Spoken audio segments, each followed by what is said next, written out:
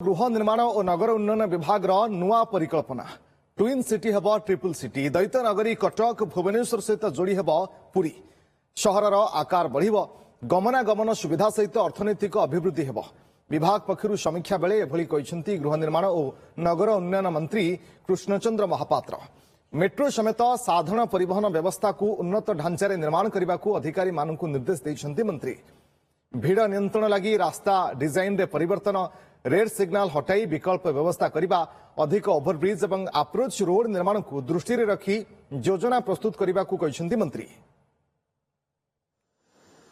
twin city कथा शुणुलु triple city रो ये परिकल्पना कहीं मुंड को आसला ट्रिपल सिटी रो आवश्यकता कौन पड़ला देखते ट्रिपल सिटी आम चाहूँ ये ओडिशा एमती गोटे राज्य हो सारा विश्व को मॉडल आकार नौ ट्विन सिटी थिला ट्रिपल सिटी आम कह ट्रिपल सिटी पुरी पुरी है आम प्रभु जगन्नाथंकर प्रसिद्ध धाम जहाँकि आमको मान्यता दिए ओडिशार परिचय दिए जदि ओडिशा को आम जो सिटी आम जोटा नौचु मुख्य है भुवनेश्वर कैपिटल जदि भुवनेश्वर पुरी कटक मिसीगला ये गोटे फाइनेंशियल हब तैयारी केते एंटरप्रेन्योर्स माने आसबे केते निजुक्तिर सूचना मिलिबो निजुक्ति मिलिबो केते लोक ये एंगेजमेंट हेबे आ बाहर को जीवा को पड़िबो नै लोक को दादन खटिया पाए ये बहुत एंगेजमेंट एवं बहुत माने